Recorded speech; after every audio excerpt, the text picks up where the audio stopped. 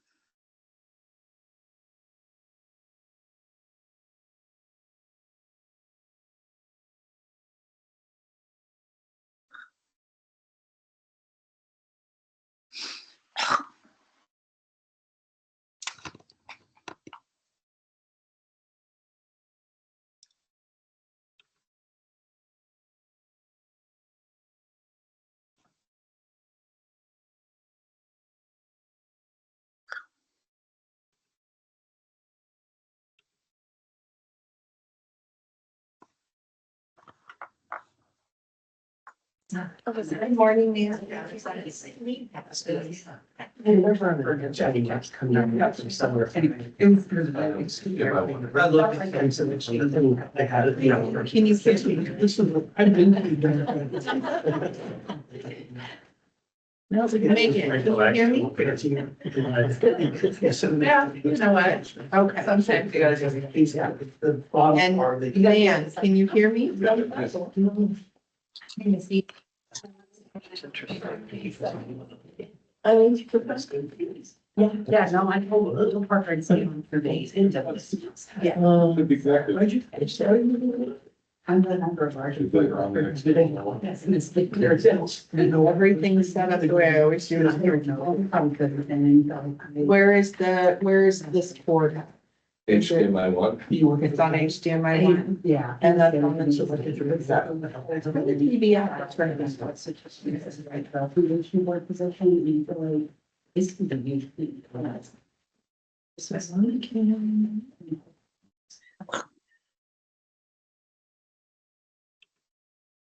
Those are the things that you- it's probably the best.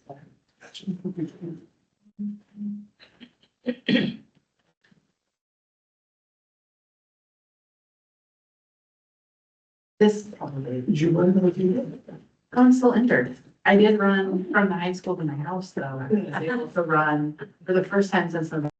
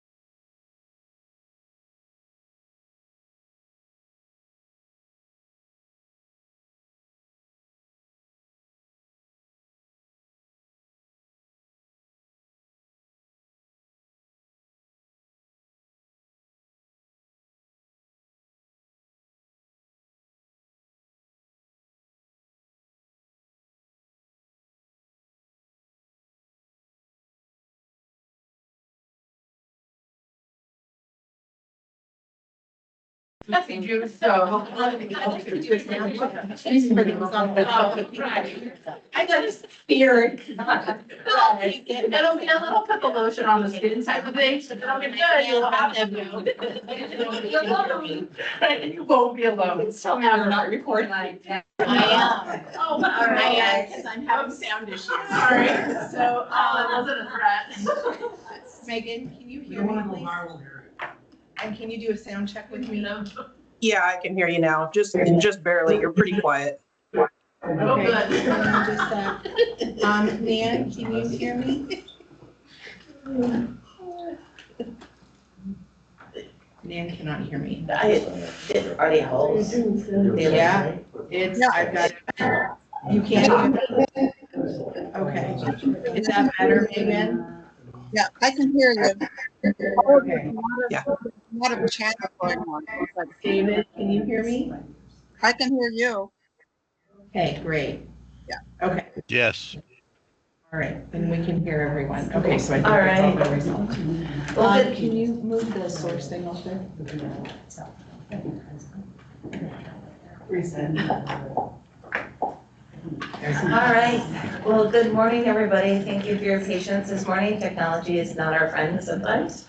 It is 9:05 and it is March 5th, believe it or not. And it's the Tillamook County Housing Commission meeting.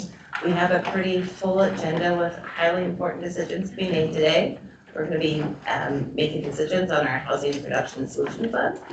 And just to set the tone for this meeting, I would like to encourage any member of the public that is here, our discussion, there's an opportunity at the beginning of the meeting and the end of the meeting to make public comment.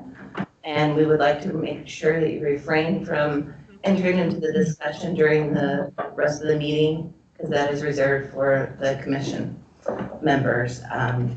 In addition to that, just for transparency, we'd like to have everybody either digitally raise their hand or even in the office, in the room here, to raise your hand and wait to be called on, just so that we have a good record of what's gonna go to. And I look forward to a lively discussion. So yeah, raise your hand, and we just don't want to be talking over each other today, just for clarity. And with that, I'm gonna go ahead and start with introductions, and I'm gonna start with Parker this morning. Good morning, my name is Parker Sammons, and I'm the Tillamook County Housing Coordinator. I'm Elizabeth Wipperman, Office Specialist with PCD. Kristen Koptiak, Housing Commission Member at Large. Michelle Yank, formerly the large employer representative, and this will be my last meeting. I have submitted a letter of resignation effective tomorrow, and I thank all of you for all of the great work that we've done together, and that I'm sure will continue to happen. So thank you. Paul Fournier, Tillamook County Commissioner. Carrie Fleischer, Chair of the Commission. Mark Kester, Tillamook County House Commissioner, North County Rep. Sarah Dental, Housing Commissioner member and Real Estate Community Representative. Gail Uzell, Housing Commission Member at Large, South County. Dave Bennett, South County Representative. Good morning, Sarah Absher, Community Development Director. And I see quite a few members online this morning. So first one I see is Nan.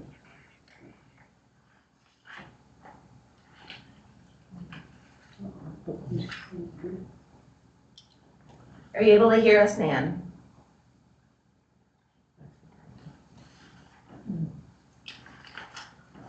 Oh, Megan, can you hear us?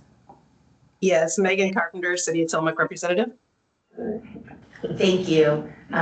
Dave Madsen, I saw you there as well.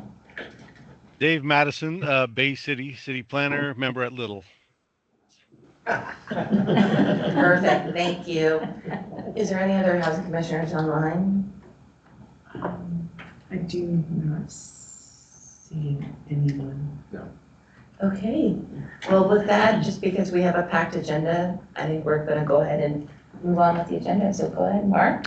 Okay, so let's start with public comment in the room since we seem to have anyone want to comment? Is there anyone out there that can hear us? There. Any public comment from online? Okay. All right, well, moving on is our Housing Production Solution Fund allocation discussion, and I think I'm gonna hand this over to Parker just to lead the discussion. Great. And before you guys is a packet we've assembled, and in there you will find the Finance Committee's evaluation and the criteria they use to arrive at their recommended conclusion. The second page has a list of acronyms, and those acronyms are taken directly from your evaluation sheet. As we begin this conversation today, Elizabeth and I will be capturing the comments made that you all have to talk about as we go through each project. The first chart you see, or pardon me, spreadsheet, is the Finance Committee allocation recommendations. The final spreadsheet at the end will be the Housing Commission allocation recommendations. So we will be going through and talking about, I'm just gonna flip through and just give you guys a format of this discussion. We'll be going through talking about the Finance Committee, and then we will be flipping over to the Housing Commission, where we will add our conclusion and criteria. Is there any questions about the format of our kind of discussion and presentation? Not a question, but a comment. I just want to make sure that it's known that during the Tillamook Bay Commons conversation, I will be physically recusing myself from the conversation and going outside. Any other conflicts or anything that should be declared? Okay. Megan? Yeah, Tillamook Bay Commons, I'll be recusing myself. Great. So we'll begin, and I'll begin by having the presentation of the Finance Committee's findings and conclusion, and then we'll go into a conversation with the Housing Commission, but we can jump around. We can go back and forth. I know there's going to be lots of conversations that will happen, and then at the end, we'll be taking a look at what the final allocation looks for before calling for a vote to approve the final allocation recommendation from the Housing Commission to the Board of County Commissioners. So with that, on the screen right now is the Finance Committee's allocation recommendations. And I'm going to go through and just present what they found. For Alder Ridge, the Finance Committee concluded that this project has not progressed to pre-development and does not recommend funding on this cycle at this time. Some of the criteria that was applied here was it not being a land trust model, the project remaining in initiation stage and too early for pre-development funding, and development partner not yet identified. Finance Committee also felt that the high development costs could constrain this project.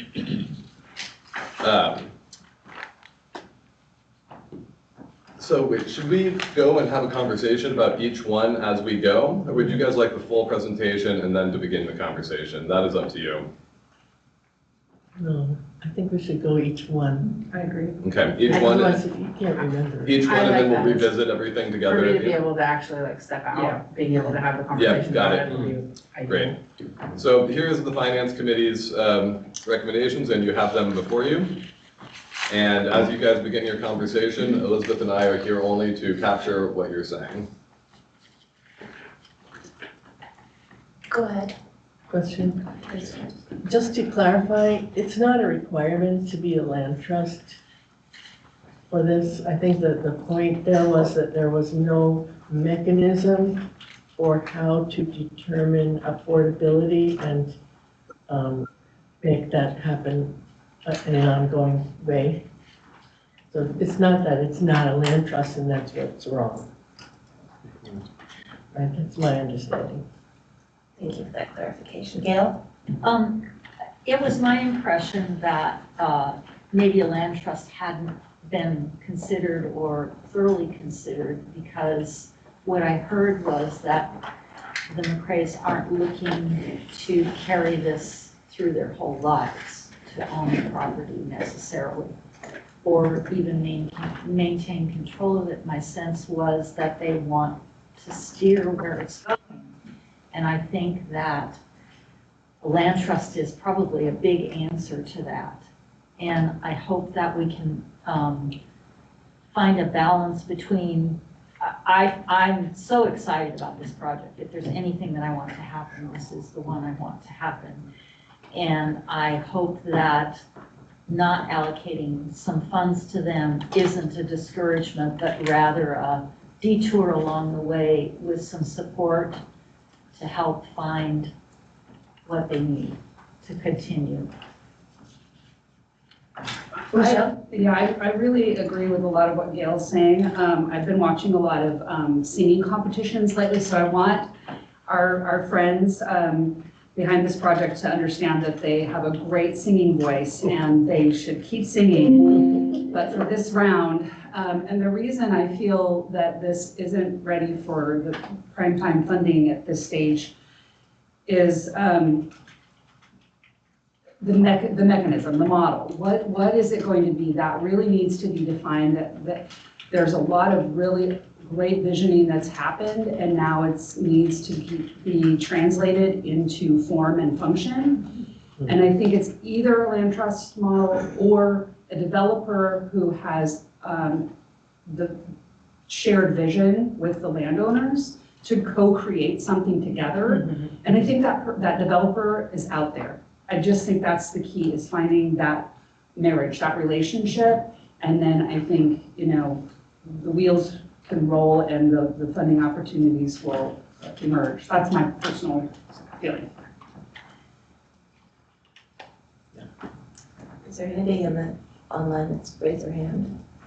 Not a housing commission member, no. Anybody else would like to comment? I guess I will go. I am highly encouraged by this project, and I understand we previously had given money for the master planning. And I think just as my interpretation of the finance committee's recommendation on this was there just wasn't a lot of progress, and there was still a lot of defining of the projects, whether that's land divisions, locating. So just on our criteria of trying to fund initial, they were kind of in the initiation stage, and they really haven't made a lot of progress into the next phase of our funding. So I highly encourage them to come back, showing some more projects in the future. So that was kind of my okay, I guess my reason for this to be okay. Sierra. I'm Sarah, sorry. You know, one of the things that I think that I really enjoy about this project, and I think is maybe some of what we're all talking about, is that there's such a variety of housing that's being developed or proposed to be developed on this property, that's something that's going to take a little bit of time to go in and really crack what this piece of housing looks like with this piece, because they're trying to do a variety of different housing opportunities for a variety of different populations within our community. And so that's something that's going to take time. I love the idea of having, like, how they put multiple layers together in this project. And I think that that's something that is extremely encouraging for me with this project. And I do hope that they come back to us and continue to do the good work with this, because that's something that our community needs, is those multi layers of, you know, meeting people where they're at and meeting multiple people. I guess I would just echo that the clarity of having specific area median income projections for this project would be great. I mean, because that's holding it back, in my opinion. With I think it's a very positive statement that there would be middle housing, as we call it, as part of this, because as many of us know, middle housing funding is very difficult to achieve. So having this mix, and with perhaps industry too, is a wonderful idea. But in terms of what we have in front of us, it seems preliminary.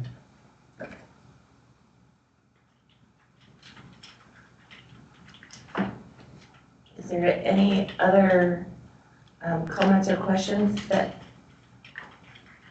the Housing Commission would like to make at this point.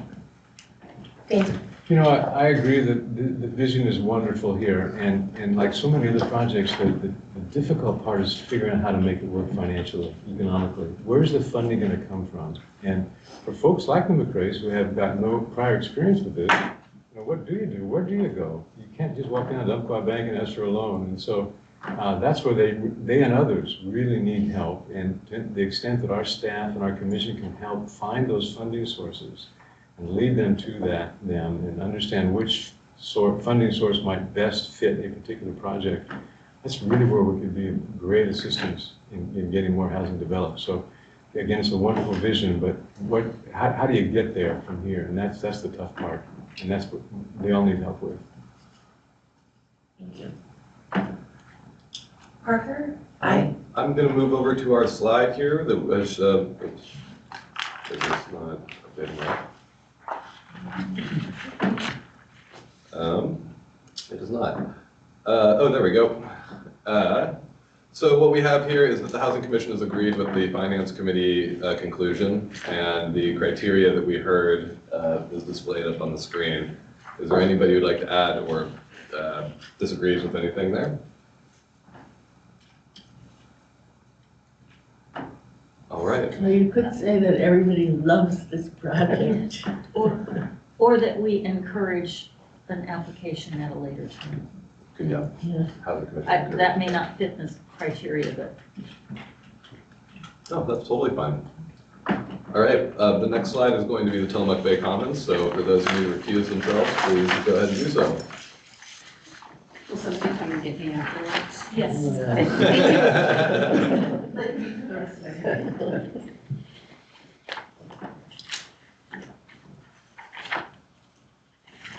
For the Tillamook Bay Commons, the Finance Committee is recommending a $80,000 award contingent upon a successful MURL application.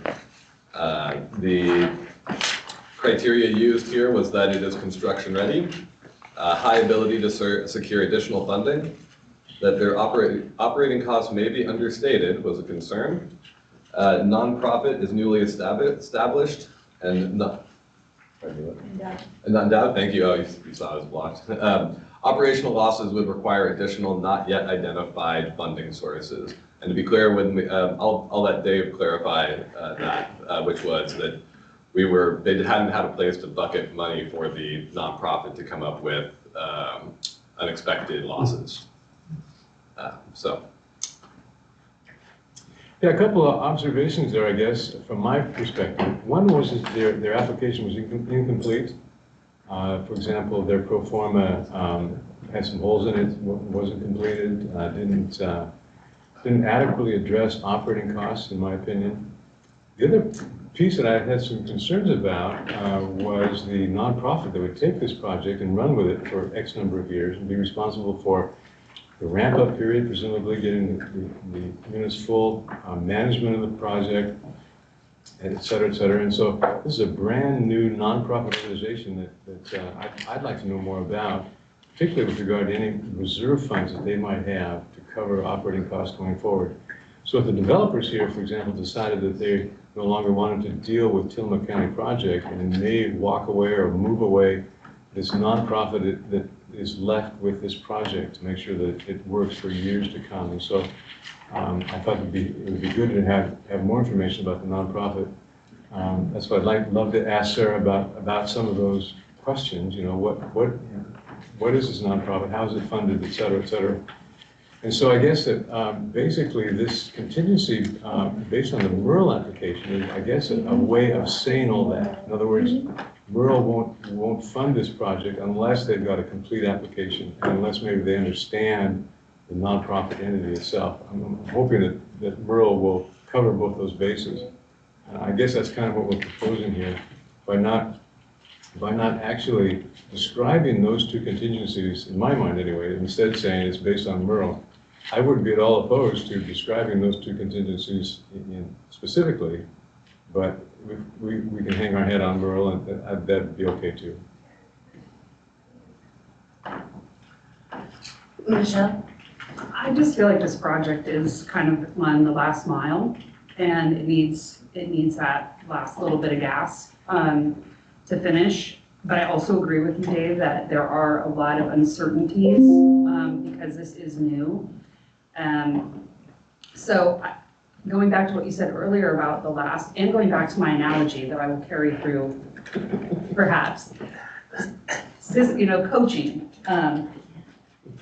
not voice coaching, but coaching in terms of, because I think the work that we're doing, the middle housing focus that this body has had, will benefit dramatically from a successful nonprofit workforce development company in the county. So it's in our best interest to continue to invest in the vision. I think that it has gotten this far. I mean, getting the nonprofit status was a huge accomplishment, and it would be, I think, just irresponsible at this point to just leave them out there hanging on their own, trying to survive and make this work. They did what they did for the vision and mission of this mission. So I think it's a symbiotic relationship at this point, and it would behoove the commission and the staff that supports it to continue to support the success of the nonprofit to the extent possible. I know that there's, you know, obviously boundaries that need to be maintained, but just like, you know, helping other developers and landowners find the financing and the technical assistance that they need to be successful, I think that that would be an important future relationship with this nonprofit to ensure the success of this project. But obviously, the intent of the nonprofit is to develop enough excess revenue from these projects to fund itself and be able to create that pipeline. And you're right, if any of these things fall through, that excess revenue doesn't materialize, that pipeline doesn't manifest. So there's still a long road. Even though this is the last mile for this specific project, it's the first mile for the nonprofit in terms of its future viability. So I'd like to see a continued relationship and you know, support, technical support for this group as they move forward. That's my 2 cents. Kristen? We did have some discussion about the issue of it being a nonprofit with these kinds of financial questions, and being any old other kind of company that also might have similar financial restraints. It's not particularly because it's a nonprofit that it's having this issue. So I think it's really important that we distinguish between the challenges and the type of organization that it is. That the problem is not that it is a nonprofit. It is that the company doing the development is not adequately backed up financially. And that could happen to any kind of company. And it has to prior awardees, I might add. Yeah. And is there anybody raised their hands online? No housing commission members. Okay. Actually, I do. Go ahead, Mark. I remember during their presentation, the presenter Clay, I believe, Dave, you talked to him about, I guess, the capital stack not meet, the numbers not adding up. And his response was that, in fact, they do add up. The Raymond James, one of their major finance tools or companies, he implied, well, he said that it doesn't come through on the form, as I recall. And so that is still a point of confusion for me, that I haven't heard clarification about the difference between what you were saying and he was saying. And it may be a separate issue about the status of a nonprofit going forward, but I'm still a little confused about the capital stack because of that disconnect. But I think it's a great, you know, if they can afford it and it works, wonderful. And I just, my personal takeaway on this is by making it contingent on Merle, Oregon House, OHCS, I have their acronym right, in that application process, they are gonna make an in-depth review of all the financials of this project to make that determination. So by us tying our recommendation and applying that contingency with the Merle application, it essentially, if it makes it through that review process, then we would grant the funds, and if they get awarded that Merle. And then hopefully we will see this project under construction and in development. So I'm highly encouraged about it, but I understand the reasoning for the tying to the Merle to address those financial concerns. So if they don't get Merle, what happens? They don't get this? It would not be awarded. So do we need to have a contingency plan for this allocation to go to an alternate or alternate projects in the event that we're not to go through? Sarah, thank you. So there's two ways you could do it. You could reallocate those funds to another project. The timing, though, we need to get this money out by the end of this fiscal year, right? So the timing of that may not be ideal. If it's not awarded, it goes back into Fund 122. We add it to the stack for the next grant round. We could use it for an ADU program that, you know, is in the conceptual phase of development. So I would say there are things we can definitely, you know, earmark that money for if this doesn't work. And to clarify for people who may not be aware, the county's fiscal year ends in June, correct? June 30th, right. Well, even like Mr. Wong, we're looking at potentially getting a reimbursement because he may not need the money that was awarded. So we will continue to track that and essentially just goes your fund. Park? Does that mean that we could also do this as a clawback if the Merle application fails? I think we could, and I think those are the notes that you and I take to county council and the board of And commissioners. then you get the, okay. Right, so that could all be part of an agreement. But we should know relatively soon too whether or not the Merle loan is moving forward. So I think that's in pretty short order. Yeah. Okay. Are we good? All right, I'm gonna move on just and share the, I think I have to reload everything when we do that. The Housing Commission has agreed with the Finance Committee to conclusion again. Additional funding would secure the project. The project scope is significant. This is capturing Michelle's point that there's a greater impact beyond this single project. Nonprofit could eventually be self-sufficient in that the same vein of thought. The inability to secure private equity hampers this project at this stage because of the concerns over operating losses. They are unable to go and find private equity to fill that gap. And there is a lack of clarity around their funding stack that the Merle process should clarify. And there it is. We will be tightening these up. We're just trying to capture it in real time so we can keep the conversation going. And we will do the same thing, assigning the criteria. And I believe that there's a housing commissioner with their hand raised. Dave? Yeah, I just have a question. Should we be making formal motions to, for the Housing Commission to agree with the Finance Committee on what the conclusions are on this? Thanks. Dave, I believe we'll be asking for a motion to approve all of the recommendations at the end of the meeting. Got a thumbs up. Because we may want to revise them as we go. Right. Well, with that, Would you like to make a yeah, that'd be great. We're gonna give a moment for Megan and Sarah to come back into the room, and I will get this one splitted.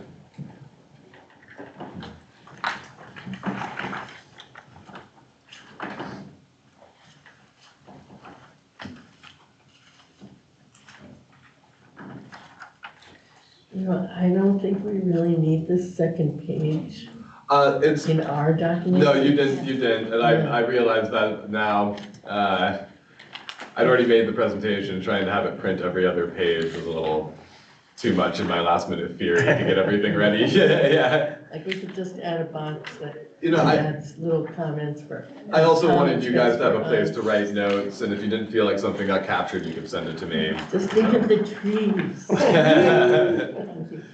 Okay, so those.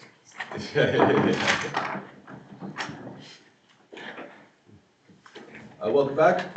We are on to Tillamook Bay, on to Thompson Springs. And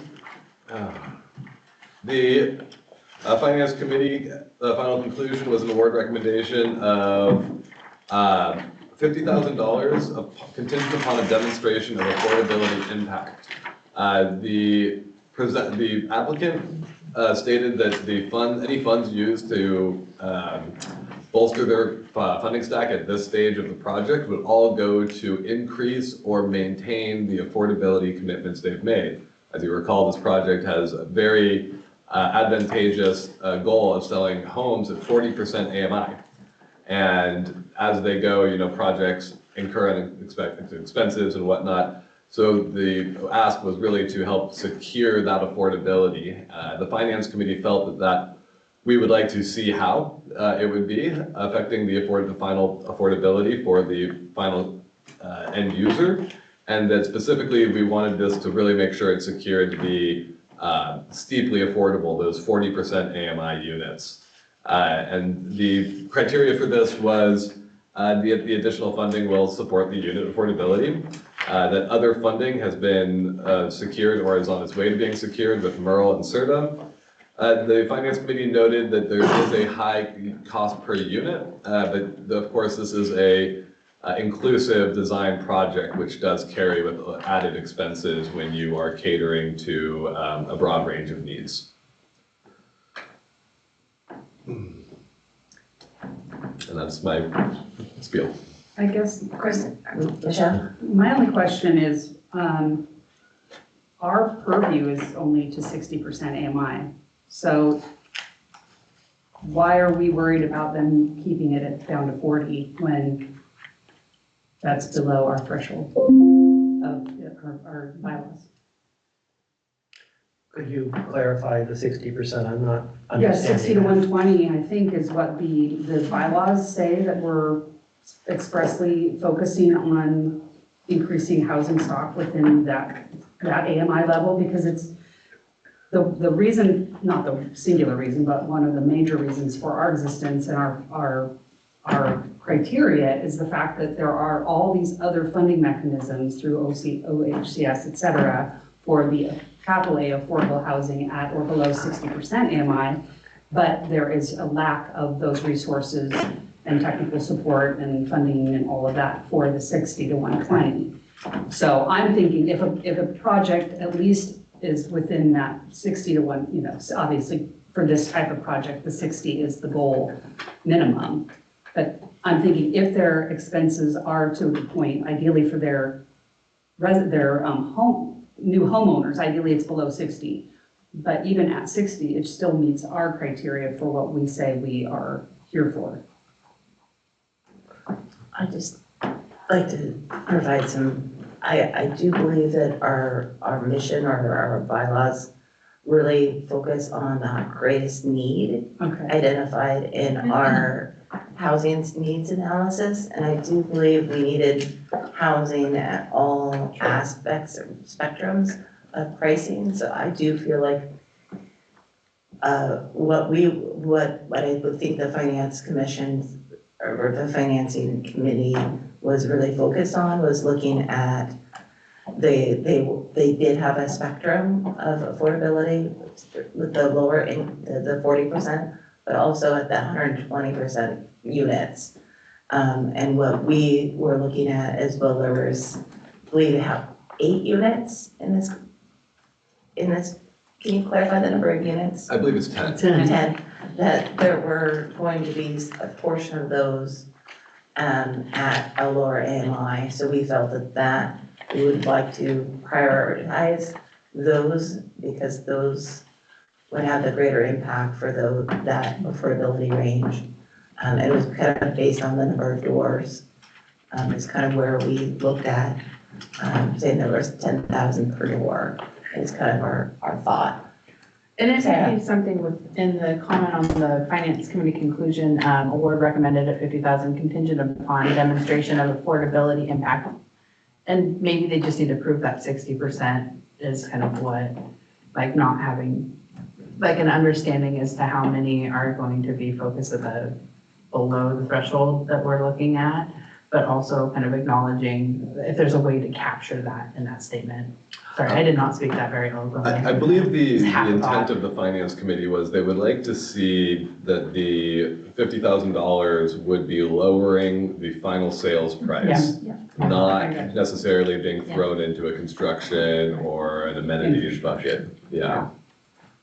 Yes, and in part because, like, they came last year to ask for funding, and they said that they really didn't need the money, they had enough. So this year they're back again, and it was a question like, why did they suddenly need money? And the idea was because they wanted to be able to lower the prices enough to meet that 40%. So that's why we want to see that that's where the money goes. Yeah.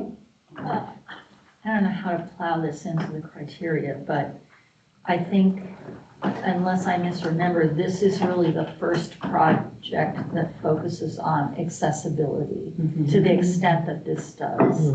And I just want to take that into consideration when we look at the costs. We don't know because we don't have anything to compare it to.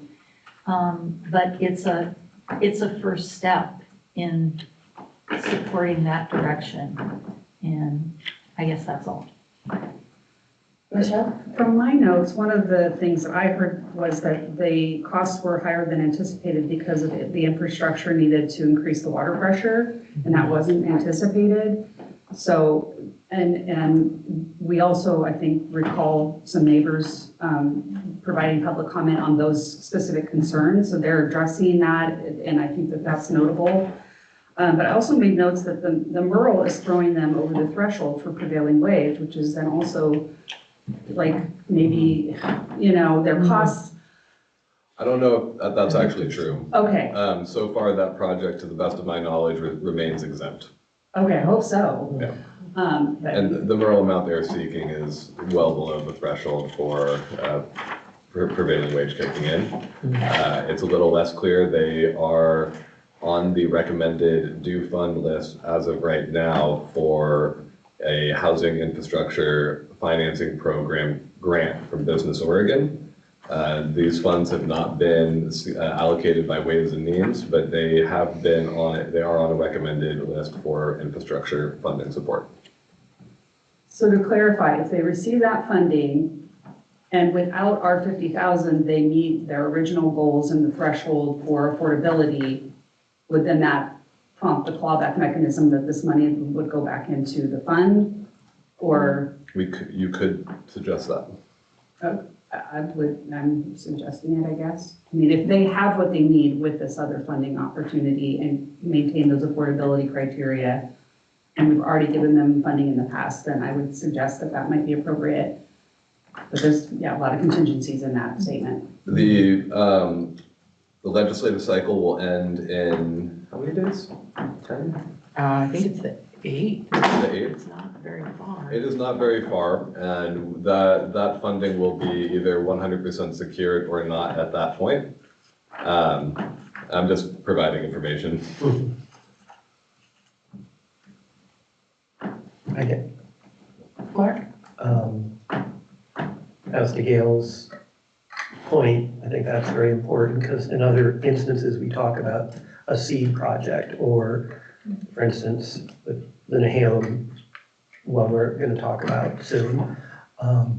Consideration is given to this is a model that can be replicated, and in this case, the universal design, I believe it's called, costs a staggering amount of money. So perhaps it could be argued that the lower, the better. But that depends on if our $400,000 is, if we're all comfortable that we're giving that money appropriately. I also think, kind of going off of what you're saying, one of the really neat things about this is that this is a project that includes the prospect of home sales. And that's kind of a longevity thing for families to be able to kind of build their own life and build their families and individuals to be able to go in and do that. So I think I can say that like, and this is just my personal opinion, being at a spot where this funding of money is going to a direct line item on somebody's closing statement saying that like this money is what's bringing the price down for the cost of this dwelling is a pretty cool thing for this money to go to. And it's something that I think is going to have a direct impact on the consumer who will be purchasing this property, so. So taking that into consideration, I retract my earlier suggestion that because I agree. Yeah, this is a pretty phenomenal thing, and to be able to put people into a homeownership situation for a long-term, this is going to change people's ability to change their life through homeownership, and yeah. I'd just like to add a little bit of detail to this conversation, and that this is a community land trust model, and that you may recall that in that model, the first homeowner pays the initial price, and then the second homeowner pays a higher price, but the equity is split between those two homeowners. And I'm saying this because what that initial price is, however low they can get it, will also be the basis for the next homeowner's price. Yeah. And so there will be a rippling ongoing effect of these sales prices being reduced for the first owner. And in this community, that's a humongous gain for the way that our property values have changed. I mean, even if you just look at the last 5 years, the property values have changed immensely. And yeah. Help me form a conclusion here and a recommendation, please. I'm Yes, hearing. period. Yeah. Yeah, so no contingency is what I'm hearing.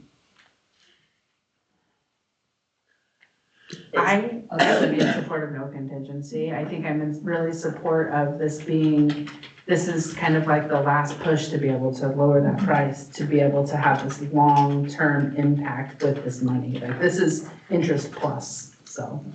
To your point, would you like this to appear as a line item on the closing documents? I would love that. Then let's make that a contingency. Yeah, I think that would be beautiful. Okay, so we're gonna reframe the conclusion just a little bit. We might not get there right now, so. I don't know, I might not like that, but. So, What? what does this mean? Yeah. I bought a couple houses, but I can't remember. So, yeah, so when you close a property, Uh-huh. the title company will prepare the financial documents. Okay, right, Those financial documents kind of go in and talk about, like, say you use the loan. right. It's going to talk about your loan fees, it's going to talk about these Oh, different funds. So right. this would be something that would appear as a credit. I'm assuming is how they would do it. I'm definitely not a title officer or a lawyer or any of those things. I'm assuming it would show up as a credit, and it would say credit from Talent County, whatever whatever our acronym is. It would say that this is a credit from that is then reducing the sales price. Okay, so that is cool. It is a really cool thing. Like that's a frameable thing, like Right. to be able to have that and be able to be there. So Especially where it's the first land trust I model know. and for accessibility population, like it's pretty that being groundbreaking. said, putting something on there if there's like a discrepancy with like the other people that are actually doing that with the title company or something, that we're not going to have that be an issue. To be removed if Right, issues if are. unavailable to do that, but to actually have that be able to be a line item on there is pretty cool. How about we say to the best of their ability? There we go. I love that. Okay, so we'll change that. And we're allowed to do that? We can do whatever we want. If the money is, so It's our money. that would probably require that the money goes through to the title company, like, I don't know if that would require that the money goes to the title company as opposed to, or I don't know.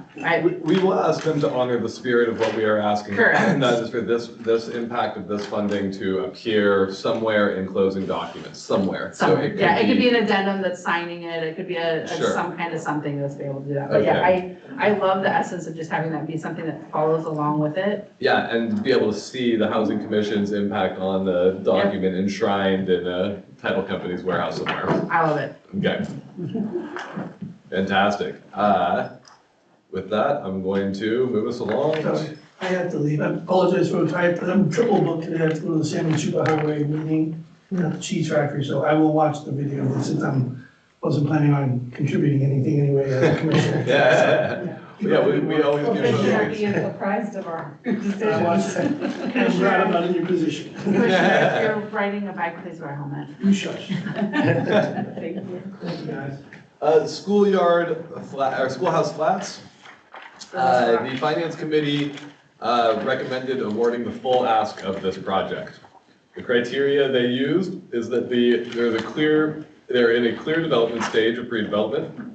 The cost per unit is of good value. The applicant has a good track record. That is a typo, it should say applicant, not application.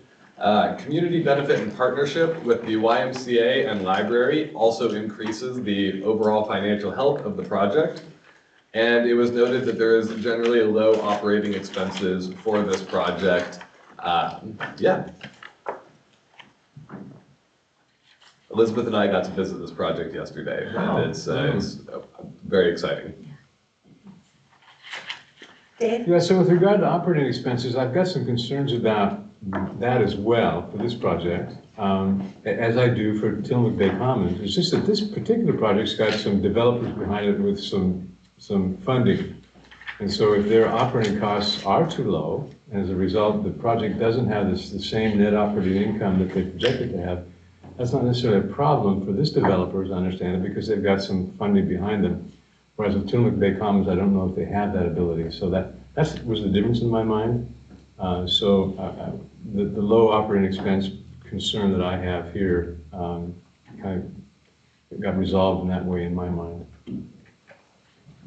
Michelle? Well, I think for me, their track record with Kingfisher, that they are already managing and operating expenses of an existing project. And I think part of what they can do is, they are a partnership of a local developer contractor and a local landscape maintenance and design company. So I think when you're doing your own work with your local resources, you can keep those costs a lot lower, is my guess. I'm assuming, I'm making assumptions here, but anyway, I just feel like if they've been able to make Kingfisher work, I feel pretty confident that they're gonna be able to make the schoolhouse project work as well.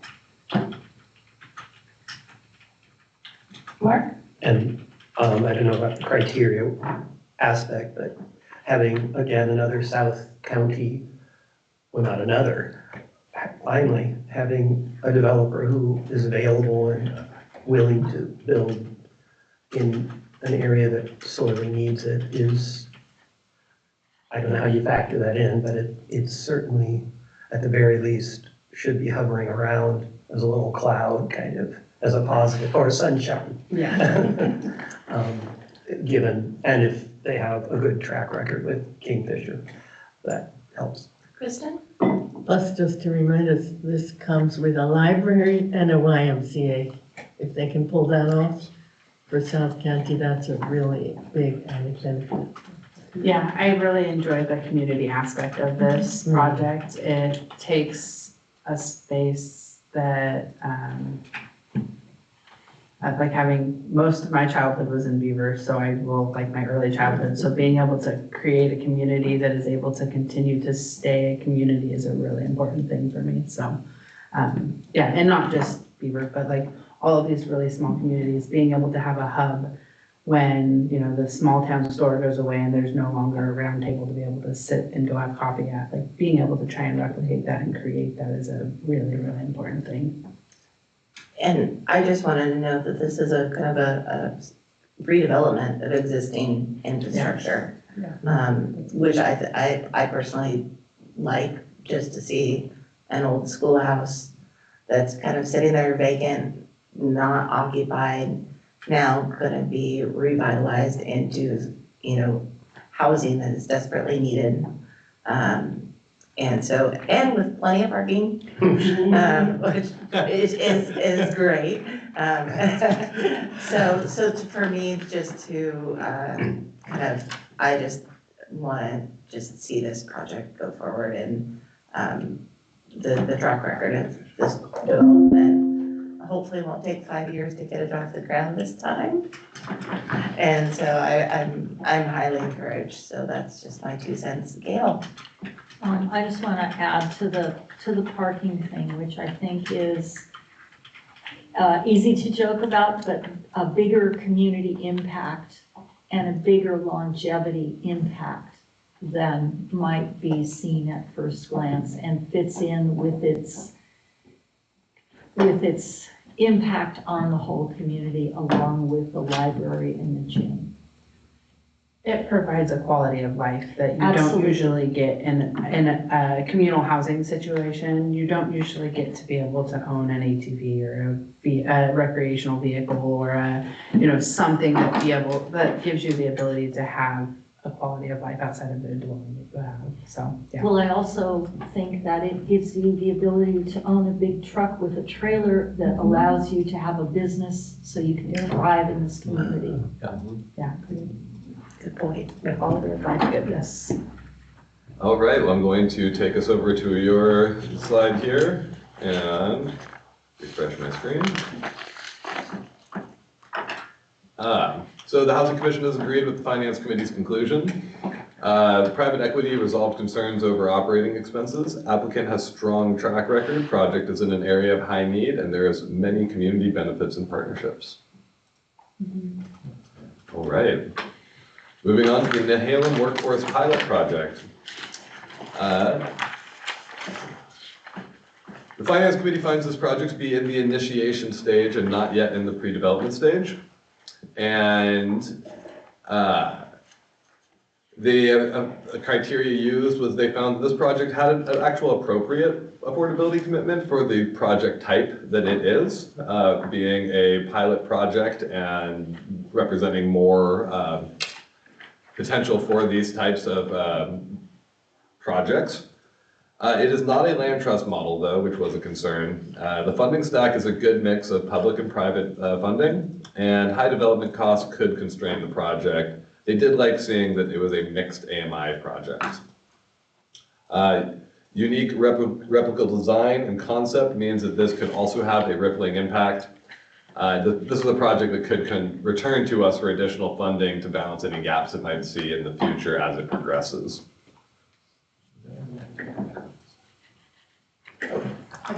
Yeah, there it is. Kristen? I think we're using this point about not a land trust model as a kind of shorthand, because there's no requirement that it has to be a land trust model, right? So I just want that to be clear, because it is not a requirement that it must be a land trust. To be clear, I tried to just find the good and the bad things that were captured in the Finance Committee meeting as to the best of my ability. And so those just came up as things that were commented on. We will not include them in the Housing Commission's final criteria. But I think what we're saying by that is that there's no mechanism for ensuring affordability. Yes. Like, that's what we should say there, something like that. Good point. You mean beyond 10 years or whatever they're claiming they might? Where's the oversight? Where's the watchdog? Right, because they report to us. And they demonstrate their affordability commitment, and I do a spot check on every project. Okay. And I can't remember if this program uses other funding sources, but other funding sources will have some of those similar oversights, is my understanding as well. And they only had a 5 to 10 year commitment. So that raises questions, like how are they gonna work, if it just goes market rate after 5 or 10 years, are we putting our money in a worthwhile place? Because there's no mechanism for ensuring ongoing affordability. Mark? But we require 10, so it's 10, not 5, no matter, Yeah. but your point is, you prefer maybe 20, but. Other projects are 20 to 30 typically. Do we have a minimum? We do have a minimum of 10 years. Okay. Okay. Since we set our minimum, we are where we are. Well, in their paperwork, it said 5 to 10, so that's why. And I just wanted to know that us as a housing commission have awarded projects with a 10-year minimum commitment in very similar aspects. I'm highly encouraged on this project, just because the point of, a point that was made in their presentation was that it was this was a pilot project that could be futurely expanded into other properties. They had private equity from the community, and they were also locals in the Nehalem area. And that in addition to that, they're looking at a cottage cluster, which is another middle housing development that we have not seen a lot of. So I'm highly encouraged for that aspect of the, and I know that there was a great discussion on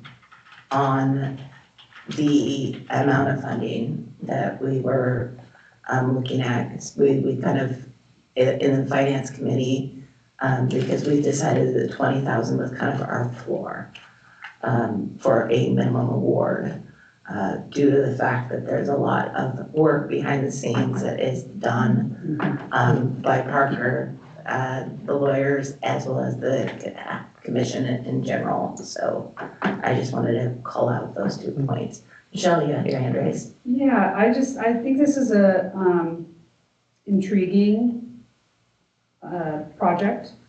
And one of the things that I like about it is the more you see this style of development, the more normalized it becomes. And so this is a great opportunity to start introducing these smaller, more efficient built homes. They will inherently, even if they end up in market rate prices in 10 years, the size will constrain the prices and the lot size and everything else. So it's still in the continuum of affordability, it's still giving somebody the next home ownership opportunity. So I'm in support, and I like the rationale that the finance committee brought to it.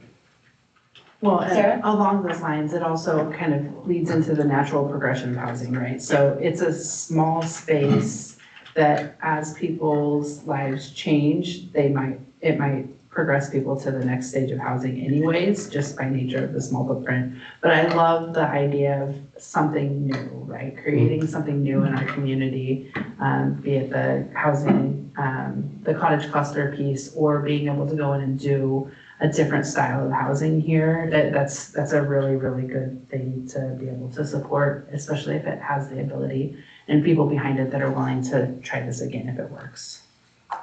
Oh, sorry. Megan? Megan, you're still muted. Yeah, this is more of a question. Will these be available at a later date for purchase, or will they remain rentals? From their presentation, they were providing rental rates, not ownership. Good point. But I mean, like after the 10 years, would they be available for individual sale? We To do help not. increase.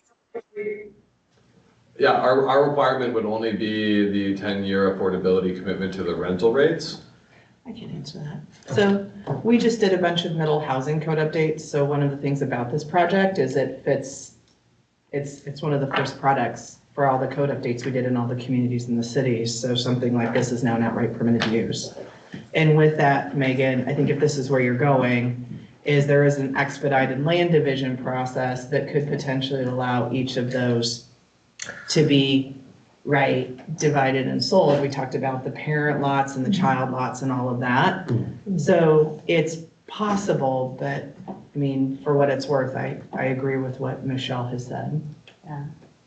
I think I would be, like, for me, that's something that's, housing becomes housing, and, we need a variety of housing. While this meets our criteria for the 10 years, beyond that, it's still going to have an impact on our community and being able to provide housing for people, which is something outside of our scope. We need housing for people, so. Mark? And to follow up that, we are talking about this as an introduction into housing, but for those of us who are aging and might want to, say, sell our house in Manzanita and move to a smaller home in our declining years, this would be a model for senior citizens potentially as well. And there was something else. In our ascending years. Ooh, nice. Oh, play. So Hale, That's good. two points, and one escapes me now. Shoot, Oh, sorry. that's okay, I'm done. All right, well, Parker, are you prepared to move on or Yeah, capture? I believe that the Housing Commission agrees with the Finance Committee's recommendation here, or conclusion. And I can just add that and then move on real quick. He's updating the page, you can see. It'll be right. I'm just gonna leave it as a placeholder here, but here we are. With the Housing Commission agrees with the Finance Committee's recommendation. The no permanent affordability mechanism is partially resolved by the project being self-constrained by the design, the square footage, what something like this could rent for. This is a replicatable pilot project using an innovative housing type that is reflective of our middle housing code changes. Anything else that would like to be added to this justification? Sorry, I just remembered. I'm sorry, this is a tangent to note for later. About Kristen's point, we could revisit the 10-year minimum and think about 15 or 20 for our grants but I think this has come up, and I think Sarah may, at some point it was that this matches. This matches our other programs. Yeah, so that we anyhow, have, yeah. But I just wanted to, go ahead. Yeah. Okay. And we are on to Manzanita Heights.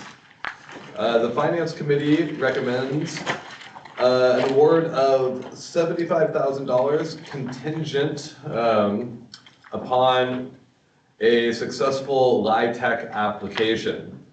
This request was, the criteria applied for this request is for a local contribution match for the LIHTC application. That is one of our criteria. They expect that, the projects built for NOAA are all tax exempt. Very established and experienced developer here, very large affordable development company. And the HPSF request will help catalyze the additional funding. What is NOAA again? That is the North Oregon Housing Authority. They're the ones that manage like the vouchers. And the low income. Thank you. Michelle? Yeah, I frankly kind of had a hard time with this one, and I'm just gonna be honest. I feel like there were other funding opportunities for this enterprise, and I think the fact that we're willing to make this allocation should, the LITCH, I can't say it as a name, isn't truly contingent. It's a tiebreaker. And that there's no certainty that there will be a tie to be broken. There's just a lot of things that to me don't carry the weight of the severity of need for this funding for this project relative to the other projects that have come before us. And I feel personally like these funds need to go to projects that are out of options, that have so many fewer options than this project has. So those were my notes from the presentation day.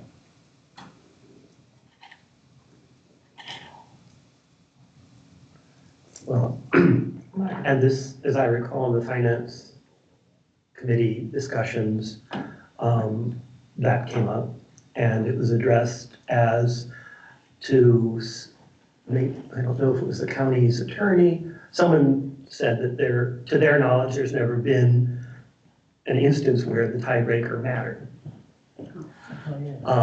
Just to follow up with what you're saying, but that if it were, then it would matter in terms of financing. But yeah, so it's, Well, and I do want to say that I support the project Right. overall, like, please understand, but I just, yeah. Yeah, so that was discussed. And I just wanted to note on this one, I think that's why there was a reduction in the ask. I'd be open to suggestions on that, changing that. One thing to note, like, the other projects that have come before us that are in this AMI range, that this was seen as a catalyst to get them to get other funding sources.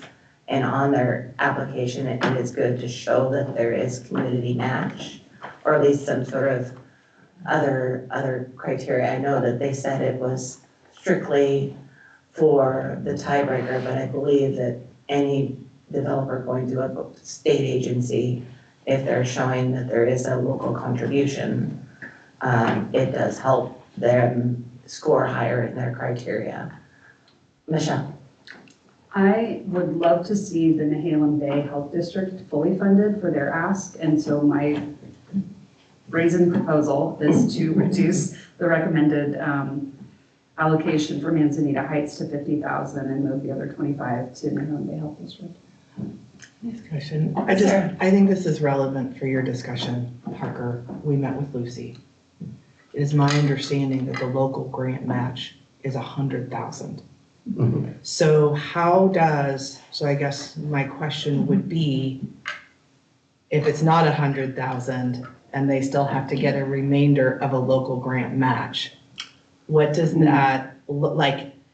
Is what is being proposed helpful if it's not the full amount that application needs as a local match? But are they also getting any money from the CCO as a match, because that would be local match? Unclear. I don't have that information. Okay. I do know that, as we also discussed, that this is done on the calculation of local match over total units. And so the $100,000 is actually their anticipated need for the tiebreaker to break a tie at their 72 units of production. So when it comes to a tiebreaker, if the projects that are scored the same on a LIHTC application, let's say one is 10 units and one is 50 units, and they both have the same amount of local match, what it is that number over the units. It's local match per unit. So in this case, this would be $100,000. Their ask was for $100,000 over 72 units, and that would be their tiebreaker comparison amount to another application. So if whether it's the 75 or 50, that number, that amount gets calculated into the overall number of units, and it is not, the dollar amount is not the weighted amount, it's how it goes over the number of units. Each unit. And so this is CDP with their ask of 125. That was their anticipated need to break a tiebreaker, with 72 units being the dividing factor. I guess my concern is then, it sounds to me like they told LIHTC they were getting 100,000. If that's the case, otherwise all of it's arbitrary in my mind. Like, if I'm reading through the tea leaves here, right? So to me, if it's arbitrary, then we need to stay criteria focused with our decision making and not be beholden to whatever arbitrary numbers this entity put forward to their potential grant, application. That's something that they made a choice to do, and that's great. And I hope they get their funding. I don't think we need to be held accountable to the decisions that they made before they came to us. I don't know, maybe I'm being overly, I don't know, it just doesn't make sense to me that we need to worry about the 100,000 just because that was the number they put in another application for a match. And I personally had that was kind of my feelings on the ask as well. So I think what we might want to do is hold over your proposed changes to the final end of the discussion where we're making the final recommendations, but hold that And I think that we definitely should consider that before we make a final, once we get to the final Housing Commission recommendations. I think that's something that we can look at. Okay, so help me understand this. These funds basically are formulating a potential counter to, like, a potential response to if we're at a position that there is another applicant that is trying to access the same funds. And it's the community, there needs to be some level of community buy-in to this that is demonstrated as a result of this application. That application looks at a price, like an amount per unit. So if there was, it's safe to say, and this is just like assumption based, if a 5-unit development came through and it had $100,000 that was community matched to it versus a 75 unit and there was $100,000, that 5-unit would win no matter what, because it is such a heavy community per unit. So at 75 units, our funds are going to be very difficult to make a sizable impact for each unit we can't be the only contributing factor to be what's going to bring that price down or the per unit down for a sizable impact. Well, and that's why I thought this conversation was relevant, and Parker, I would look to you, if there's that everyone's tracking this right, because the goal is to make a meaningful difference. Right? And so I think it's just walking into that, really understanding what should that meaningful difference look like if this is a project the Housing Commission feels strongly should be supported. I would say that if you're thinking about that per unit, I don't think it would look very good if it was less than $1,000 per unit, because that is kind of a line item that you can cite see. So yeah. But it does come down to what the other LIHTC applications would be, and we do not know. Right. So it's kind of preparing that counterattack to what you're not entirely sure is going to happen. Yeah. And we don't have to be the only people matching that. There's other, sources of uses. My suspicion is they would have gotten funding through the CCO if it's available, because it's entirely meeting that population's needs. And to my knowledge, the other project in Manzanita did get funding through those housing funds through the CCO, the Columbia Pacific Coordinated Care Organization, that has prioritized housing as a financial, and I know their funding is constrained now, but they have been funding affordable housing projects in the region. So I feel like we don't have enough information to I feel like this project is going to make a difference. I also think it's going to get built with or without our $75,000 or $50,000. That's really my suspicion. And I feel like there are other projects in our stack that don't have other funding support, particularly the Nehalem Bay. They're at a stage where they're not going to be able to leverage other funding at this stage that they're at. And they both meet significant needs. I think they're at different stages in terms of how meaningful of a difference our contribution will make to where they're at in their stage of development. I guess I have two. This is by far the most housing units, right? 72. And so keeps coming up in my mind. Holy mackerel, that's a lot of housing. And so that keeps weighing on me as a very important thing. And this is low, very low AMI, which could be, one could argue that we need more middle, but. No, we need the low. I will be the first to say that. Because I think 60 is their top. Yes. But I understand if it's not going to make a big difference, then we want bang for our little buck. And I would, as an aside, what's LIHTC stand for? Low income, low income housing tax credit. Okay, so it's a tax credit, it's a post thing, okay.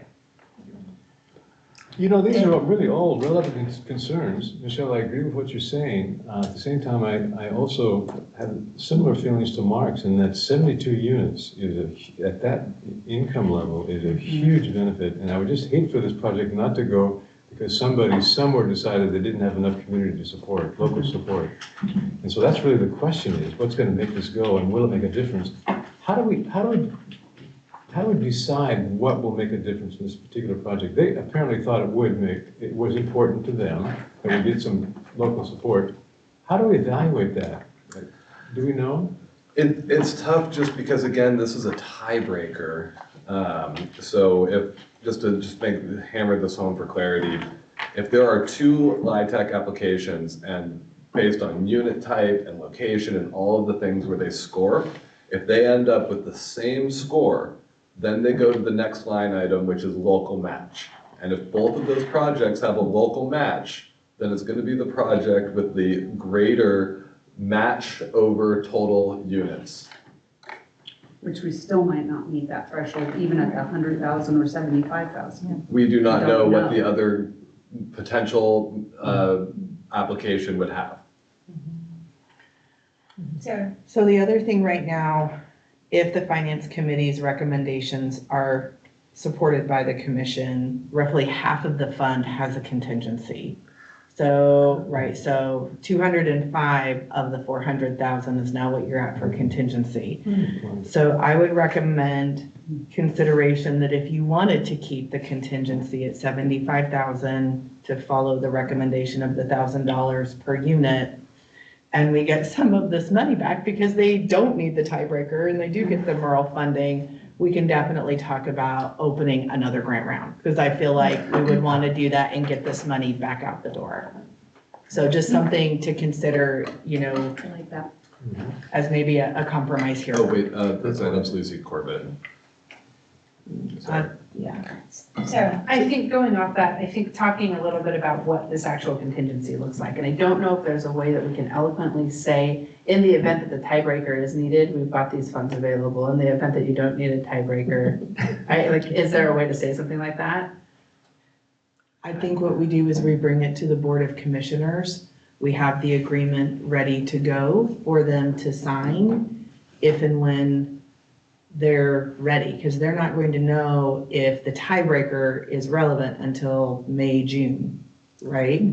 So we could do this as part of our, engaged with contract conversations. We can hold it. Yeah, I think I a just- holdback of some sort, if they need these funds are available to be at the table as a as the tiebreaker. But if they're not, being able to put them into a space, like that's something that feels good to me. And we could, because I believe in our conversation with Lucy, and I know she has her hand up, but I think you probably want to wait for public comment. Yes. Parker, is that we can design that with that recommendation to the board, and they should know by the end of the fiscal year if that tiebreaker became relevant, and then we can get those funds out right away. Okay. If they need it, and if they don't, we'll report back and say, great news, we have X amount of dollars that if you want to add it to the next round, or if we want to do a smaller round, we've got it available. Kristen? So then is our contingency that if they do get these LIHTC things, that they don't need our money That's right. and we get it back? And we get it back. So, and I believe that's the contingency that the finance committee put together that Parker and Elizabeth have reflected on your slide there. Yeah, what we said there was that if the LIHTC application fails and they're not awarded one, that our local match would come back to us. Oh. And so then if they don't need the tiebreaker, if it's not necessary, That's why. then I think the question is, can we rescind that? And I don't know. I think what would help is if the commission, if that's the desire of the commission, Parker and I will do that work to get the project there with those contingencies reflected in an agreement. And if it ends up being it's a yes or no, then the commissioners can choose to award it or not. And I think if we go into this with the understanding that that money will be flowing in with some, will be expedited. Because at the finance committee meeting, county attorney said this came up, and when he was saying, you want the money out there to be building things, right? And if the more contingencies you put, you're stalling the money getting out there. So what Sarah's saying is a good point, that we're only stalling money to a certain part, and maybe we'll have a second round in, or whatever. Sarah? And going off that second round, one of the things that, having managed grants in the past, one of my favorite things is when grantors come back to me and say, we made it through almost the end of this, and now you have this extra money that, do you want to reapply for it or be able to have that go back to you? So my recommendation would be that if we do end up with extra funds, and I don't know if this is the right time to bring this up, but that extra money for this grant rounds, that it go back to these applicants that applied, that they are the ones that are eligible for these funds that are allocated right now. And if the contingency brings it back, that we go back and start with these ones first to be able to ask them if they're able to utilize these funds and then apply it accordingly. That's what I would like to see. Okay, so we'll capture that in the presentation to the board. Yes. So much of an opening up of a new grant round, but just revisiting and what's the reallocating extra those funds to the funding. people Yeah. that are there. That's good. Increase allocations. Yeah. Where possible. And just to note, just because of our potential leave, that we want to make sure that we don't overburden We'll our be staffing. Yeah. We'll be fine, We'll be okay. fine, yeah. And for me, I'm not worried about re-engaging the grant process. It's for me, I'm making notes so I know what to carry over in the budget. So my contract services amount, I don't have to have a special budget hearing to redo it. This was a complicated one. Oh, sorry, Kristen. I need to wait till the end to say mine, so you go. I do want us to pay attention, though, to the efficiency of allocating the minimal amounts that these larger projects need to get these giant grants. Like, that is our magic that we can put on the table. If we have to put $100,000 down to unleash $7 million, that's really an accomplishment. Otherwise, we're giving away chicken feed. I agree with you, but in this circumstance, that is not what's presenting itself. This is a potential hypothetical, not a hardcore, you have to have a $100,000 match in order to even apply for these funds. And to me, that's the distinction. To be clear and to use past precedent as an example, during the last round of funding, the commission decided not to fund a low-income housing project that was also going after a LIHTC and asked for the exact same local match. That project did go forward and was successful in acquiring its LIHTC. That does not mean the same thing would happen in this case, but I want to put out there so you have all the information. Thank you. Helpful, thank you. If the conversation is winding down, I will ask one of you to provide me with the Housing Commission conclusion, or perhaps we could revisit it later, Sarah. There was just a very complicated agreement here. I think we can, it's on the record too, so we can go back and capture that. For now, though, there hasn't been any change, so I'm going to say that the Housing Commission agrees with the Finance Committee's conclusion with the added conversation from this meeting for now, as best as I can capture it. Well, and to me, I think there was consensus, wasn't there, that if they get the LIHTC, then, and the funds are no longer needed, that's the contingency? Is that not what we landed on? Yeah. I think it's Okay. pretty straightforward to just say it that way. But the Okay. wording in the original does not reflect that. So It suggests that they will get it, if they are successful in getting the LIHTC, then they will also get the 75. okay. That's why I came out with barrels blazing. I was like, why would we just do that? So you guys So want- now it's all making sense. The 75, you're agreeing with the Finance Committee's recommended award of $75,000 returned upon a failed LIHTC. Is that what I'm hearing? No, it's returned upon a successful. If it's Successful successful. LIHTC where the tiebreaker was not needed. Exactly. Thank you for Okay, that thank you, clarification. thank you. Yes. Okay. Yes. Did you get that, Elizabeth? There you go. Turned upon a successful light tide. where the tiebreaker was not needed. Mm-hmm. And we will tighten that up for better language at some point before I present to the commissioners, because they'll be like, what?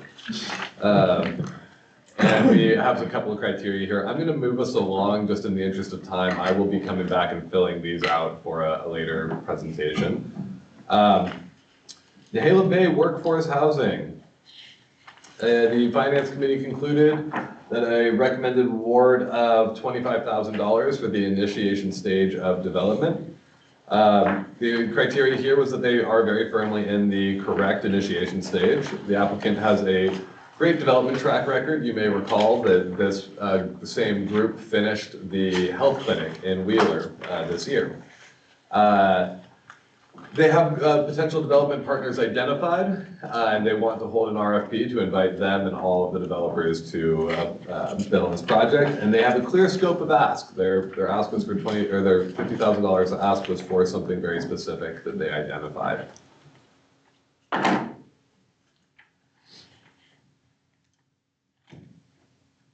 I think everyone knows I support this, and I support it being fully funded if contingency funding were to allow for that.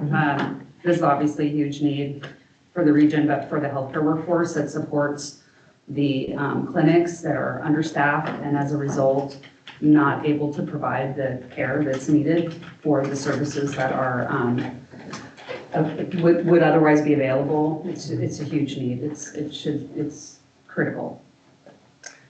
And I just want to kind of note in the Housing Commission or the Finance Committee's discussion, the $25,000 that was originally recommended is very similar to where we were looking at the McRae's award in the prior grant funding, where it was a similar, they're not quite sure for master planning. It seemed to fall in line with that. So that was kind of where it landed, just as an initial discussion. It did not unwarrant I think everybody had the desire to fund it fully.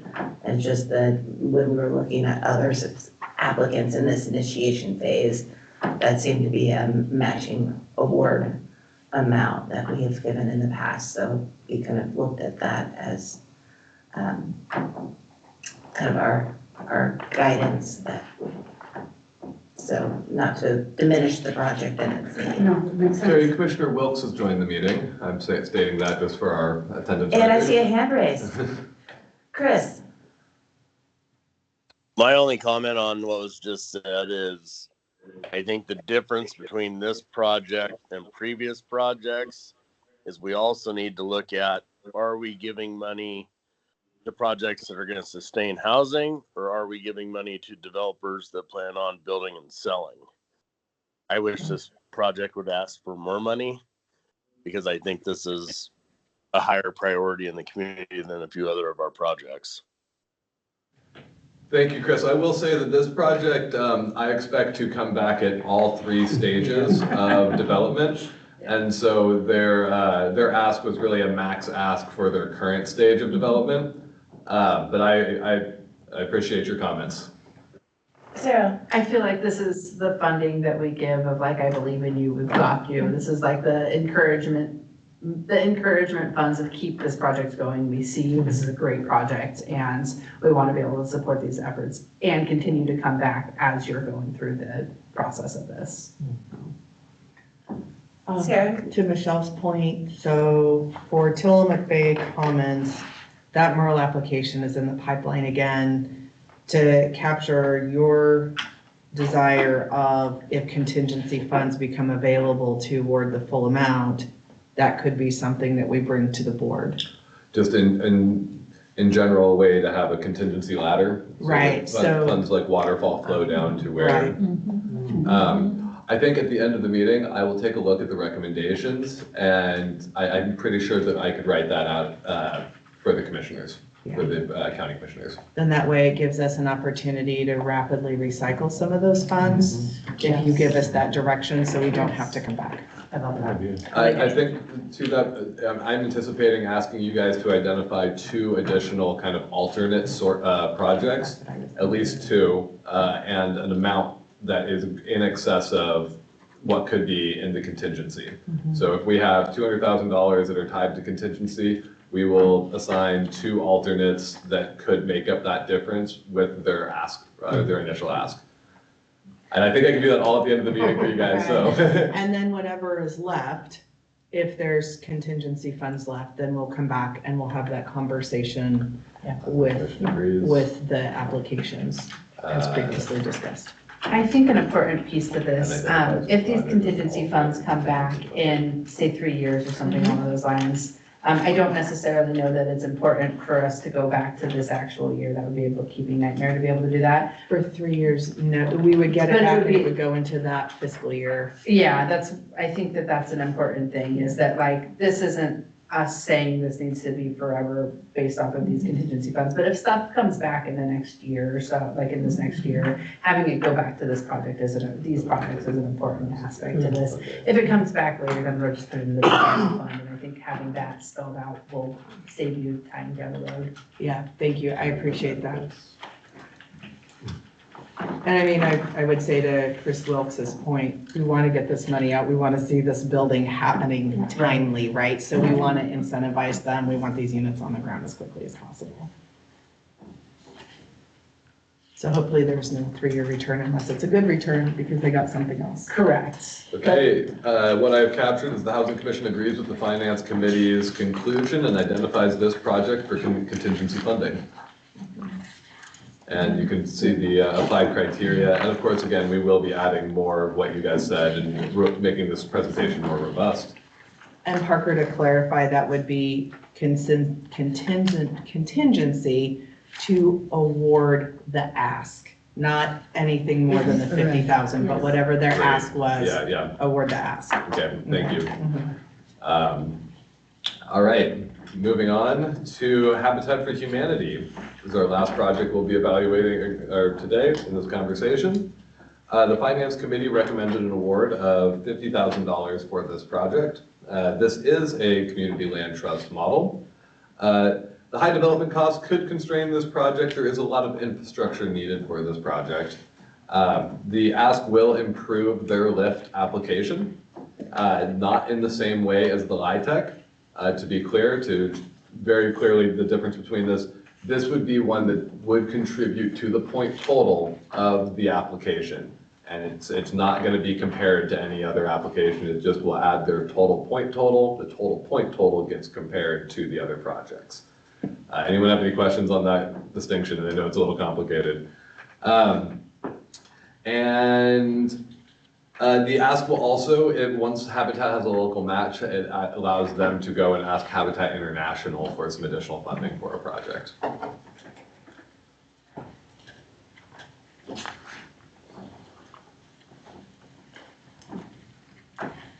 You guys are really gonna miss me when I'm gone. Yeah. For real. Why break precedent? So yeah, I think this is a great project. I gave it triple stars and I gave it plus signs all the way down the line and noted the $800,000 infrastructure costs and would like to see this fully awarded, this be considered as one of the other projects that would get more funding if funding were made available. That's all I have to say. I totally agree. Yeah, I agree. All right, is there anybody else would like to make a comment? And there was we seem to have a consensus in the room on the asking for contingency, awarding up the ask for contingency. So I just wanted to make sure that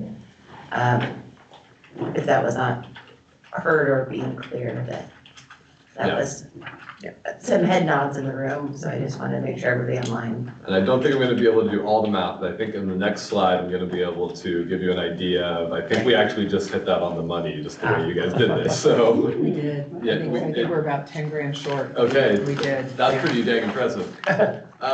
That said, the Housing Commission agrees with the Finance Committee and identified this project for full ask contingency Terrible funding. wording, I'm Totally, sorry. it's fine. We're gonna clean this one up. I'm gonna use the same criteria from the Finance Committee because I did not hear anything different from the Housing Commission. And finally, I'm going to display this slide in its entirety.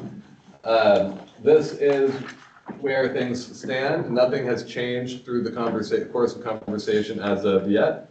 But this is the everything laid out as it is. We'll have to adjust things like the criteria and add in the contingency funding element. But this is the document that I'll ask you to approve.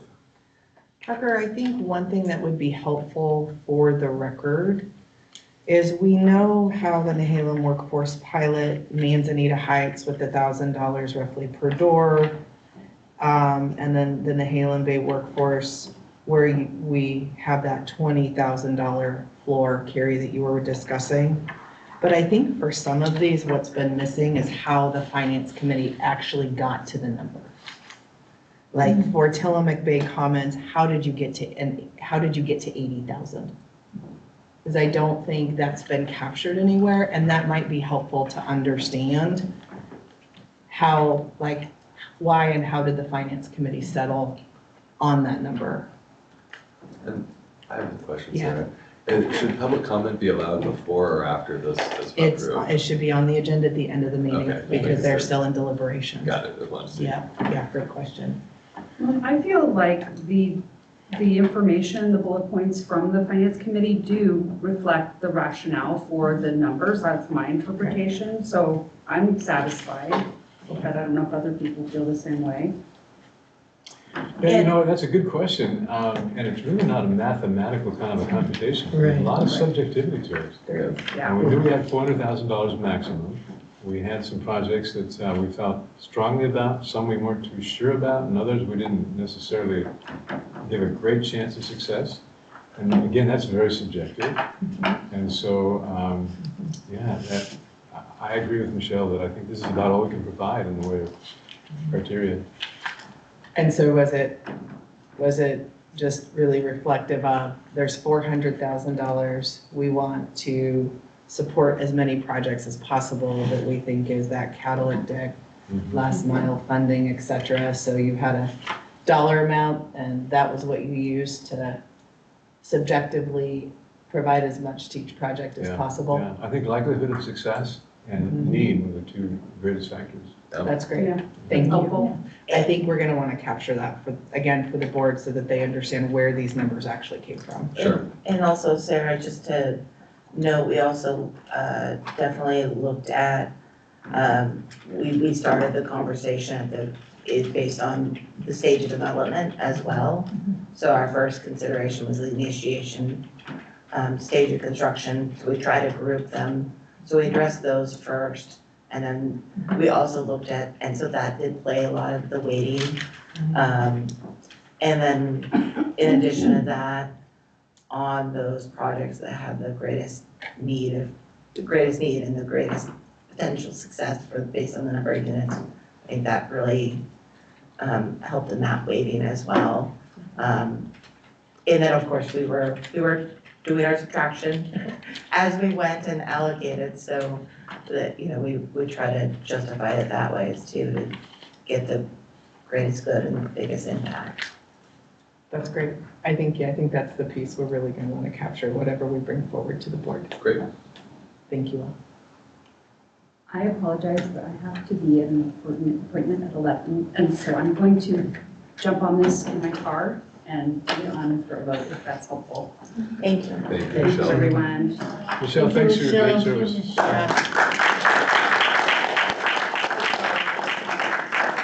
Thank you. And just to know, we still have a quorum? If Michelle With wasn't Mr. able to Wells connect? joining the meeting, I believe that we are well secured for a quorum. Okay, so, don't, You can leave. you can leave. Sorry for the disruption. No, thank you. Okay, with that, Parker, do we have enough, what we've allocated as far as contingent projects that we would like to fund?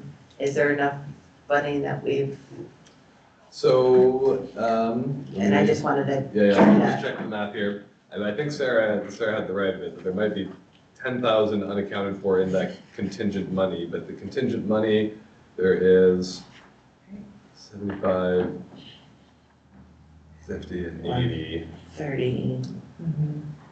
At 205. 205, and then that would mean the difference between the ones would be for the projects identified. That'd be 50, and then another, So I guess, so I think we're about 10 grand short by at least, again, with Tillamook Bay Commons and Merle, we're Right. gonna know in a couple of weeks, so that's 80. We're still short, but I think if you tell us what projects you would want contingency funds to go to award their full ask, and please prioritize those for us in order. Yeah, okay. Then that way, whatever comes back first, we're gonna funnel back to the first project that you prioritize should get contingency funds first. I heard that there was strong support for the Nehalem Bay Workforce Housing Yes. Project to be the first. one. Yeah. Yes. Okay, And then I heard strong support for Habitat for Humanity that's what I heard. to be the second. Mhm. And that is $75,000 of difference between ask and current award amount, and which covers our contingency enough. For one For one, project yeah. at least. And then if those are the two you feel strongly about, if there's any more, or after that, we come back to see you. Yeah. So if these are the two you know, then I mean, I think in terms of impact, we had a pretty solid conversation about the impact of Thompson Springs and lasting impact for that. I would move that anything beyond that goes towards reducing those, like that is something that's gonna have a generational impact on this community, so. So we are hearing the Halem Bay Health District, Habitat for Humanity, and Thompson Springs in that order for contingency funding that could come back from anything that we put out as our award recommendations. and that would pretty much take care of it. Cool. Good. Sounds good. All right, well, I think it is, we've kind of made it. It's almost 10:50, close to it. Megan Carpenter has her hand up. Megan, please. On the contingency. Sorry, I'm getting some feedback. On the contingency funds for first, second, and third, will that be split evenly, or how is that gonna be distributed if there's funds left over? I believe it's fulfill first ask, fulfill second ask, fulfill third ask. Gotcha. Yeah. Okay. Yeah, that makes sense. Okay.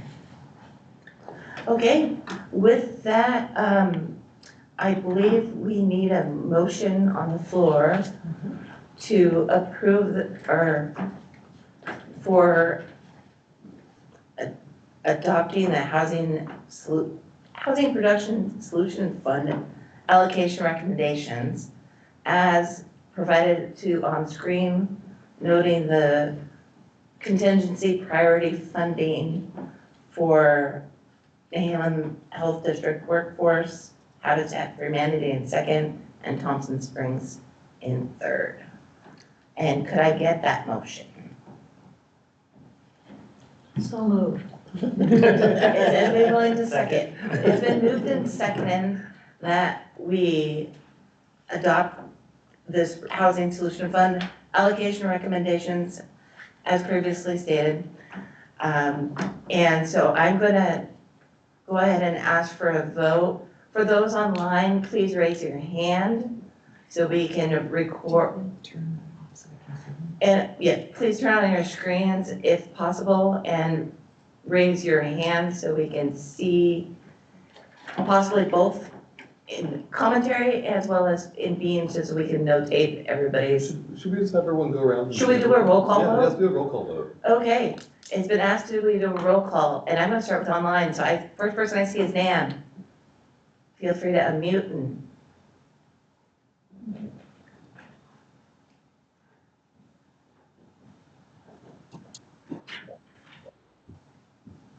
We can hear you, Nan. Oh, Are you there? Oh, yeah, we've gone through a roll call vote. okay. I couldn't hear what was said before. We were asking for a roll call vote, so it is a vote for the motion to approve our recommendations. I approve. Dave Madison, thank you. Aye. Chris Wilkes, Aye. Megan Carpenter. Aye. Those are the rest online, so Dave Bennett, Aye. Gail Lozelle, Yes. Sarah Dental, Yes. Yes. Mark, Yes. Carrie, yes, Kristen. Yes. With that, the motion passes unanimously. Congratulations. And I know it's been a tough go around. I mean, we've had a lot of great discussions, so I thank you, everybody, for their dedication and the time spent reviewing these applications. It's been a lot of work by the finance committee and everybody else and Parker and Elizabeth to get this all wrapped up. So thank you all. And with that, we have essentially 10 minutes left of our agenda. So I think we're gonna go ahead and move directly into public comment and bench or carry over any unfinished business until next month. So with that, we have, Gail, go ahead. Sorry. Before we move to public comment, I just want to say thank you for taking such good notes and capturing this. I feel like this is a really effective way to do this. Yes. Yeah, this It is gives us a wonderful. really clear product at the end that we have a chance to craft and make sure meets what we Yeah. talked Thank you. about. Thank Thank you. Good job. I hope you guys see the improvements year over year Oh, and that this yeah. is, you know, getting more in line with Yeah. what we're hoping for. Well, with that, how were the packets before? Like, were the prep packets before the presentations helpful too? Because Parker and Elizabeth really put a lot of time and energy and thought into how to get those to you to kind of help collect and organize information. You know, we've always tried to take notes as we hear suggestions for improvements for next year. But if you have any, especially, you know, after this meeting, if anything comes to mind, please send them to me and I'll include them in the big document. And as always, our next meeting will have a portion where we'll talk about how we can improve this process. Great. I thought it was, I'm not sure. go ahead. No, go ahead. The notes, I can't remember which stage, but two back, I think, when we were starting the process and you had included almost summary notes on page 2. That was very helpful because it sort of like pinged in your mind. That's right. Good. Kristen? I'm not so sure we need the handouts of the slides. Okay. Because we can look at them on the screen and it seems superfluous to have the printout. Maybe we'll do a couple for those that prefer paper but not as many. Thank you. All right, well, with that, we are calling for public comment. Is there anybody in the audience or online that would like to make public comment? And I do believe Lucy Corbett? Kristen Corbett, Lucy Corbett. Liz, Thank you. I just wanted to comment a little bit about the discussion around the Manzanita Heights application. Thank you for that thorough and thoughtful discussion. I just wanted to make a couple clarifications. First, there was a question about whether CCO funds are available, and we did look into that, and we were told that there are no longer any more funds. So that is not an option for this project. I'm not sure if those will become available again, but we did try to get some of those. And then I wanted to note that there was some discussion around how that tiebreaker works, and it is actually not looked at in a per unit basis. That is the way the LIHTC funds requests are looked at. So they look at that from an efficiency standpoint and how much LIHTC you're requesting per unit, but that's not the way the tiebreaker works for these funds.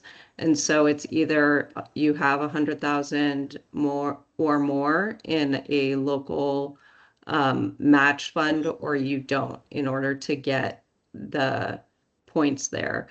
So I just wanted to make sure that that was clear. So these would be, you know, very valuable. They wouldn't be divided by 72 to get that calculation and be compared against other projects in that way.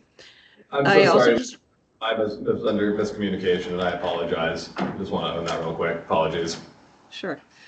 And then I also just wanted to point out that this LIHTC tax credit award that we're going for is very competitive, will unlock a huge amount of funds to allow this project to move forward, and that this local grant is pretty unique to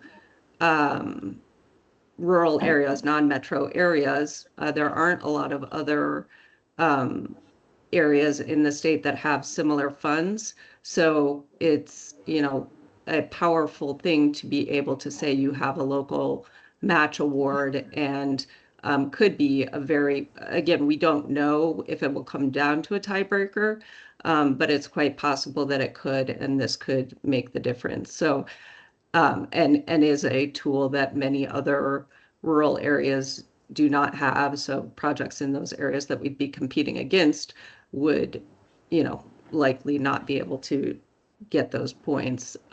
We won't be competing against, metro area projects. We'll be competing against other, what's called the small city set-aside area. So I just wanted to make those points as they relate to the Manzanita Heights application. Thank you all. Thank you, Lucy.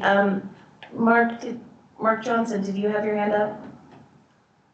I did. Thank you, Madam Chair. I just wanted to express my appreciation to you all for your thoughtful consideration of all of these proposals, including ours from the Health District.